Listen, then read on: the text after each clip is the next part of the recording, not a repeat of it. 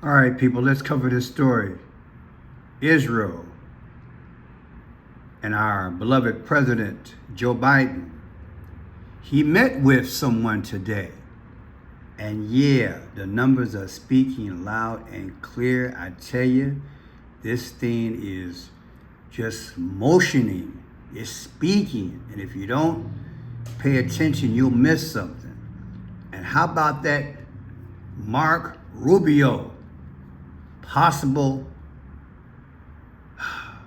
Man, I tell you, people, I'm checking out the responses, and the majority of videos I've been catching, people say Rubio's a war hawk. Did I say it the right way? They say Marco Rubio is a war hawk, and we trying to have peace. Why would Donald Trump pick him as Secretary of State? Good evening, ladies and gentlemen. I am Friend Shai Pearson. Welcome again to my channel on November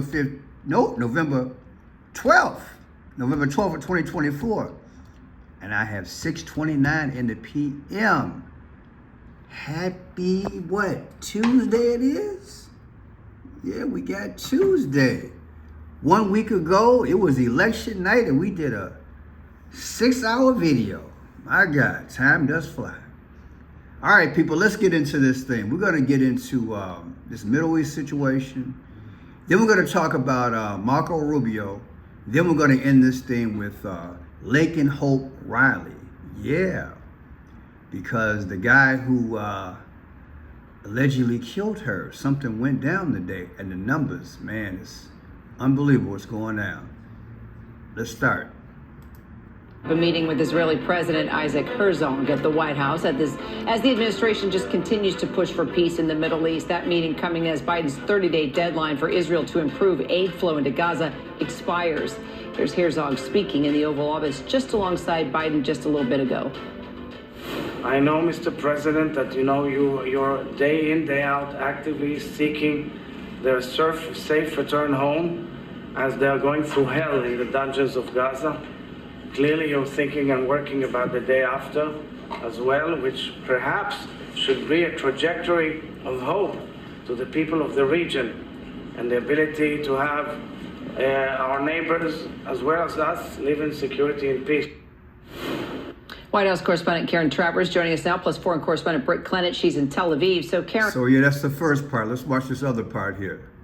Now, here's the main guy involved. Benjamin Netanyahu, he spoke today as well. A few weeks ago, I spoke directly to the people of Iran. Millions of people around the world, millions in Iran itself, saw that video.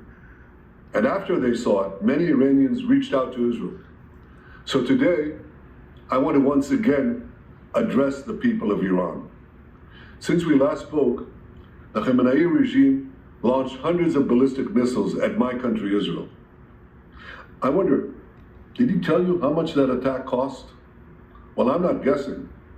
It's $2.3 billion. That's how much of your precious money they wasted on futile attacks. $2.3 billion. The missiles did marginal damage to Israel, but what damage did they do to you? That sum could have added billions to your transportation budget. It could have added billions to your education budget. But instead, Khamenei exposed the regime's brutality and turned the world against you. And you know the response from that. Free Palestine. People, it's exhausting, isn't it? I mean, I really off and on researched more and more about this thing, and the international world is like, man, you're only sending X amount of trucks. I think like 30 trucks a day. But you got all these people that still they don't have the decent housing, the water, adequate food. The time for peace is way beyond. Now, let's listen to this one last part here. Biden meeting with Israeli President Herzog. You saw him earlier in that first piece. Then we're going to go a bit more detail. We turn now to the Middle East, where U.S. forces have carried out strikes against 9 Iranian-linked targets in Syria. In a statement yesterday, U.S. Central Command said the strikes were carried out in 2 locations in response to several attacks on U.S. personnel in the country. The U.S. has around 900 troops stationed in Syria and 2,500 in neighboring Iraq.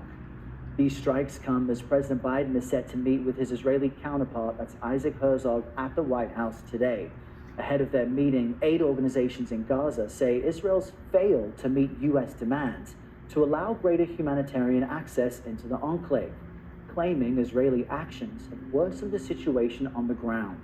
Our Elizabeth Palmer brings us more from Tel Aviv.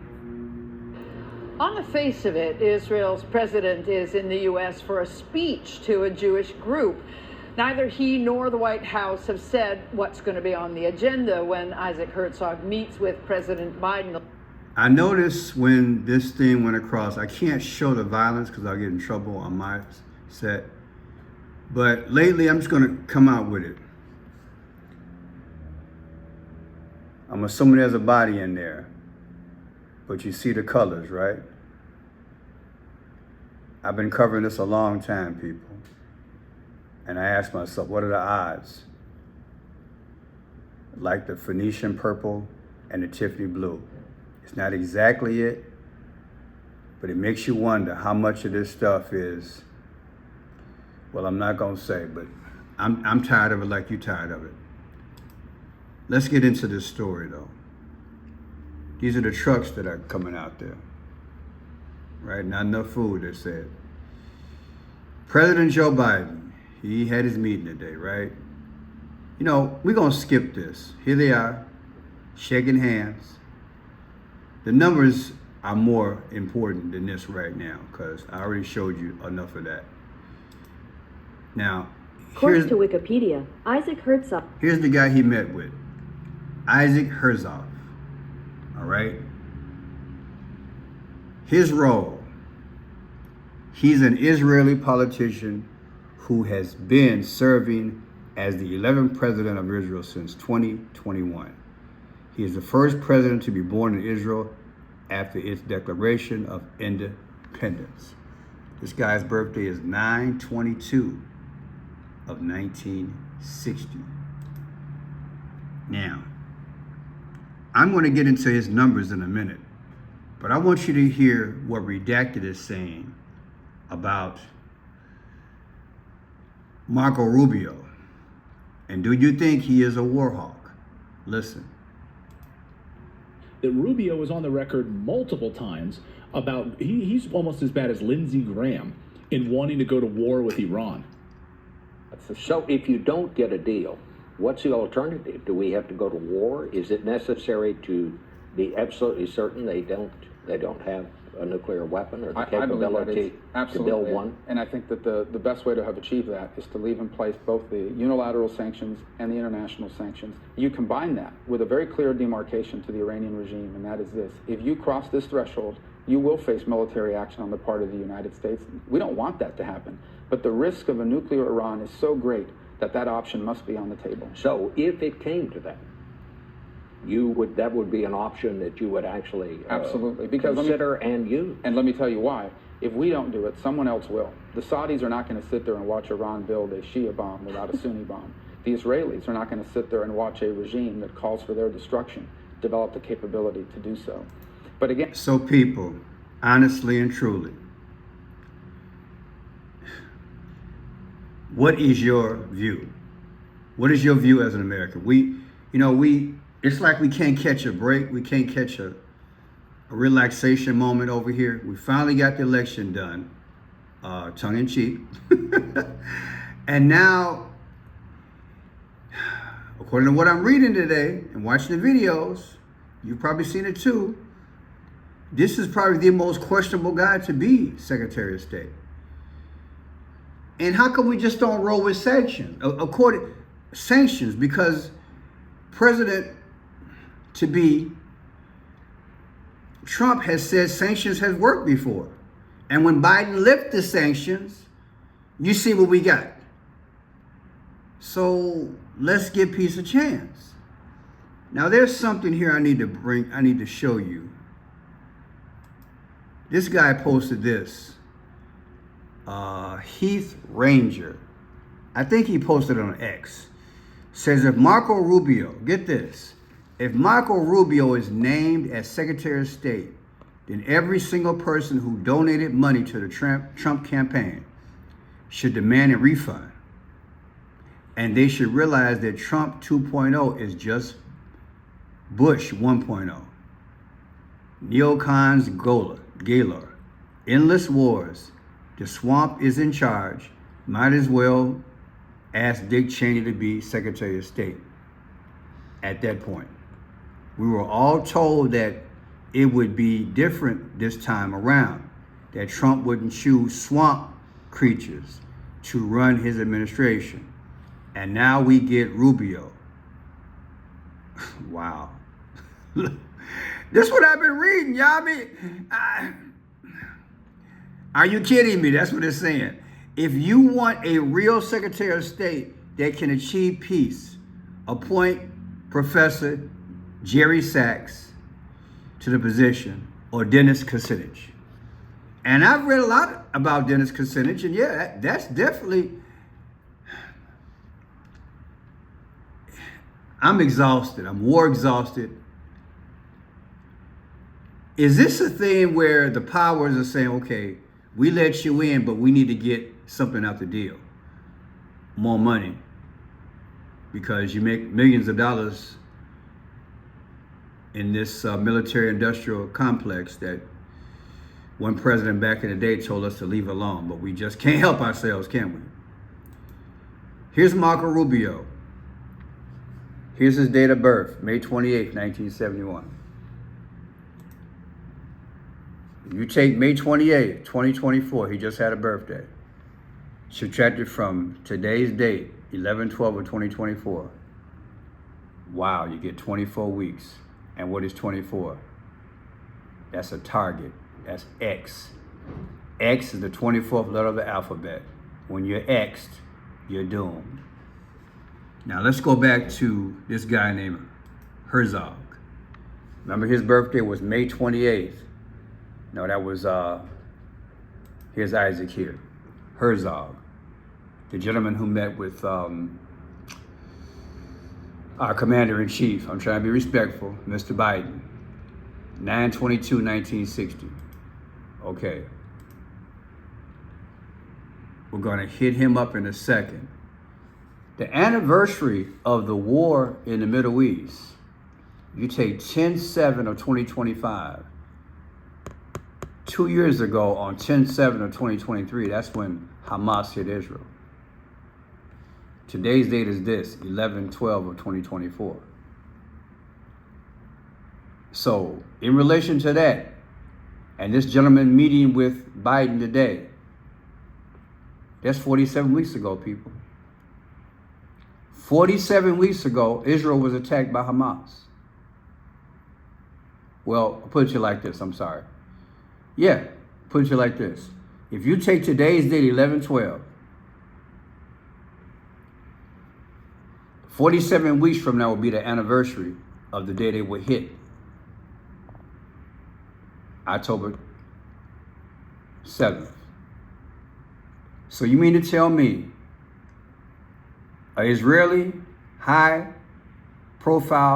person met with Biden today in the White House, and today's date, and 47 weeks from now, it'll be the anniversary of the day they were hit by Hamas. And that's exactly 47 weeks, and we just voted in our 47th president. Can you scream, come on, man? Sorry I butchered it, but you got the point, right? Now here's the guy's birthday, 9/22. 2025 is coming up next year versus today's date. The difference is 45 weeks. You can holler, come on, man, again, because Trump was the 45th president. That's deep. The guy's birthday who met with Biden versus today's date is 45 weeks. You don't think this stuff is scripted? Then look at this. His same birthday, 9/22, versus 11/20, Biden's birthday, his next birthday of 2025, because it's coming up in a few days, but his following birthday of 2025. The difference is Barack Obama's birthday, August 4th, 8/4. Is that coincidence? Then look here, 9/22/2024 versus Barack Obama's birthday this year gives you 49 days. Who's the 49th VP? That would be Kamala Harris. That's right. Then here it is, 9/22/2024, subtracted from 5/14. 5/14, or May 14th, is when Israel became a nation. The anniversary is 2024. What's the difference? The difference is 4 months and 8 days. The eclipse that we just had in America was April 8th, which means an X, which is the eclipse. Is that coincidence? Too many signs for me. And I'm gonna wrap this up on the Middle East, and we're gonna segue into this.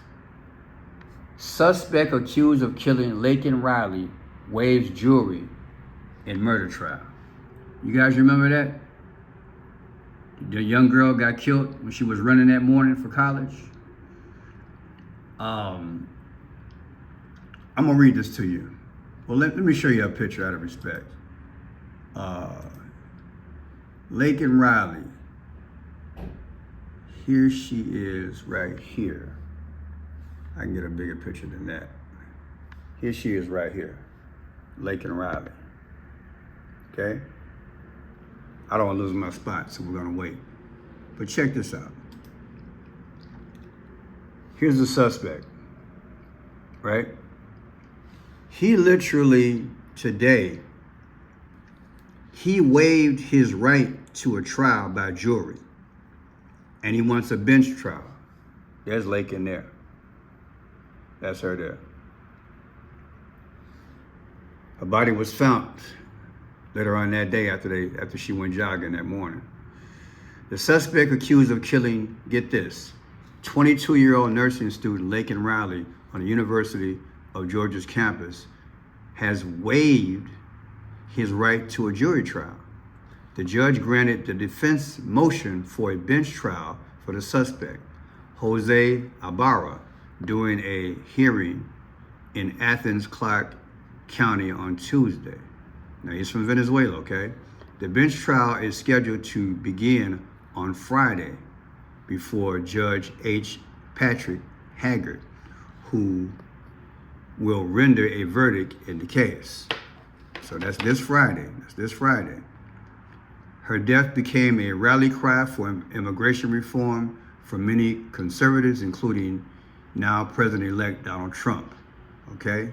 Now, I ran this story a few times on my last channel, Friendship Pearson, but I also have it on Rumble. I'm gonna show you this.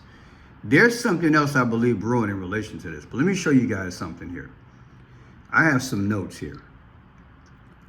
Now, she was killed on February 22nd of 2024.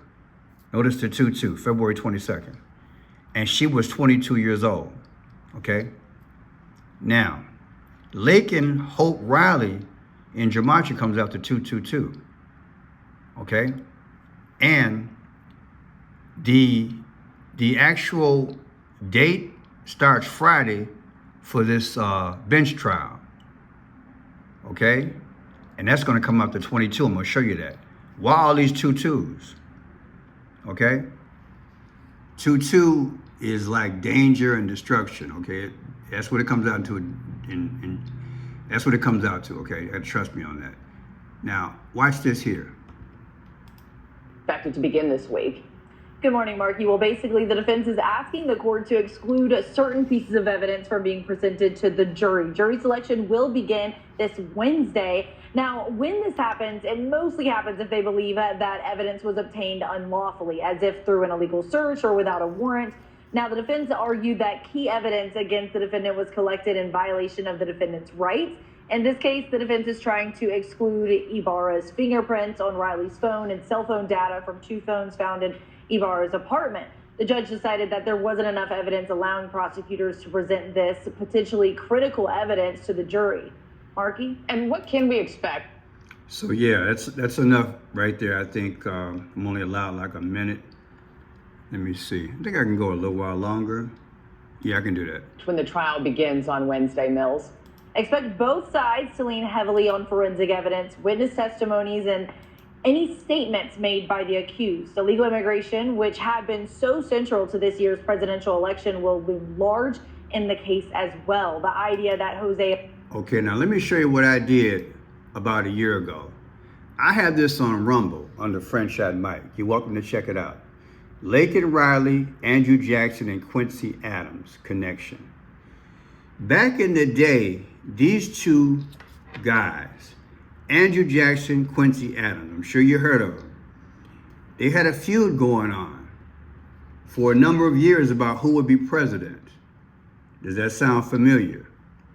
And the year was 1828. Now, I asked the question then, I'm asking it now. Are the powers utilizing this girl's situation to speak to today? In other words, is it a part of the story of her death? And now they are expanding it because they were a part of this? Are the powers part of this thing, allegedly?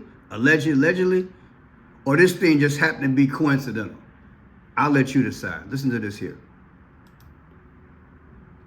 I know we got something here. I know you see it by now. They playing us. They using this girl's death or whatever to send code and messages. All the way from 1828. They're repeating what happened during the presidential contest then. They're doing it again now. Watch this video. The 11th presidential election in American history took place from Friday, October 31st, hey, that's Halloween, to Tuesday, December 2nd, 1828. Uh-oh, we got a rematch. 4 years prior, after a four-way split with no majority candidate, John Quincy Adams was handed the election by the House of Representatives. Andrew Jackson, who finished second in the House vote, thought the election was shady, accusing Henry Clay of a corrupt bargain to get Adams elected president so that Clay could be his Secretary of State. Just a few months after Jackson's defeat, the Tennessee legislature already renominated him for president, setting the stage for a rematch. There was no nominating caucus even held. Jackson's supporters, who called themselves, quote, Democrats, were rabid. They treated Jackson like a rock star. Isn't that something? Here's another one. After the controversial result of the 1824 election, Andrew Jackson and his supporters were determined to win in 1828.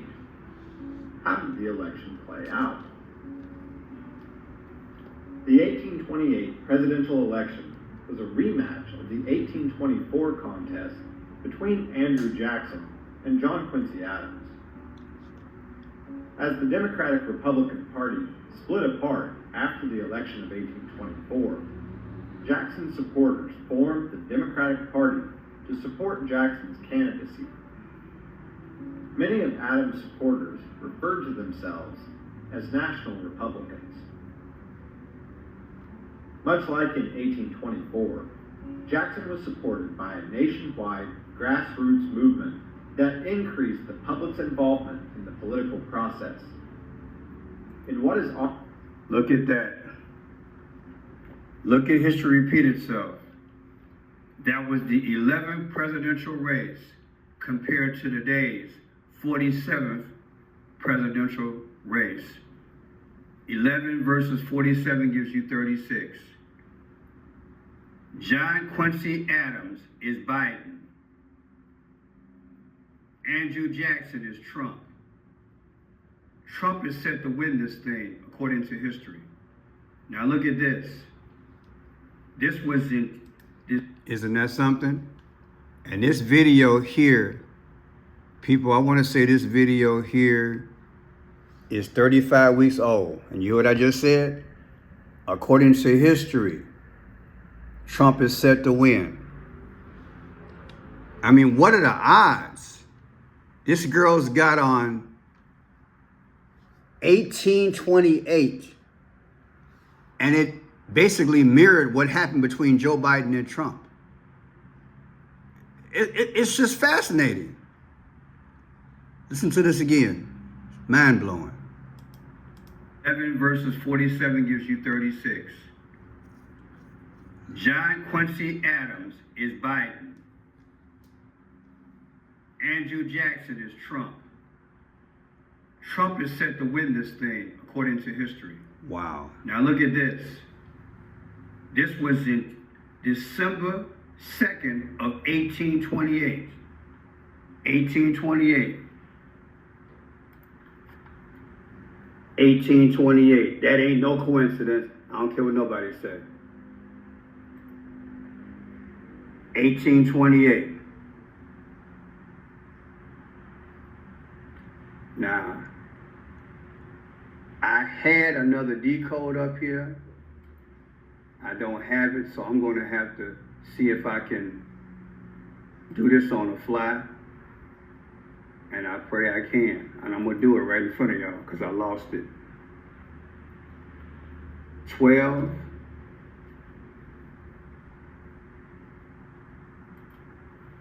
2.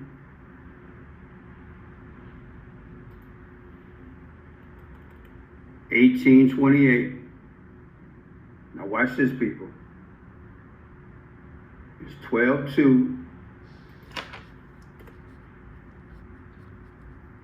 1828. That's when the election was held. Now look at this. 11/5/2024. The difference is 195 years, 11 months, and 30 days. Now, I believe this is what I had. It's either 2023 or 2024. Let's try 2024. I'm going to show y'all something. Here it is. The election then was held, praise God, December 2nd of 1828. If you take December 2nd of this year, 2024, subtracted from this year's election, coming up, November 5th, 2024, you know what you get? 3 weeks, 6 days. No difference from the 11th presidential election versus the 47th presidential election. 36. Ain't that deep? Ain't that deep? And I did this 35 weeks ago and didn't think about it till tonight. Praise the Lord. 35 weeks ago, I indirectly predicted who would be the winner and forgot about, I do so many videos. I got over 3,000 videos sitting around everywhere, and I forgot about this till today. And right here, it's right here. Isn't that something? Right in front of us. The 11th president who won then versus the 47th president who won today. The difference is 36. And the numbers come out to 3 weeks, 6 days, 36. I'm Friendship Pearson. That's enough. I'll put this in the description if I can. Either way, you can go to, wow, it's fascinating. Friendship Mike, and then type in Lakin Riley. Watch this video. It's a time keep. Don't forget, I have a backup channel now. It's called Friendshot. This was fascinating. I like this one. It's Friendshot's Gift. Just go there and please subscribe. Here I am. Boom. Type in Friendshot's Gift. I'll put it in the link, okay? In the description. God bless you. Guys, take care. Thank you.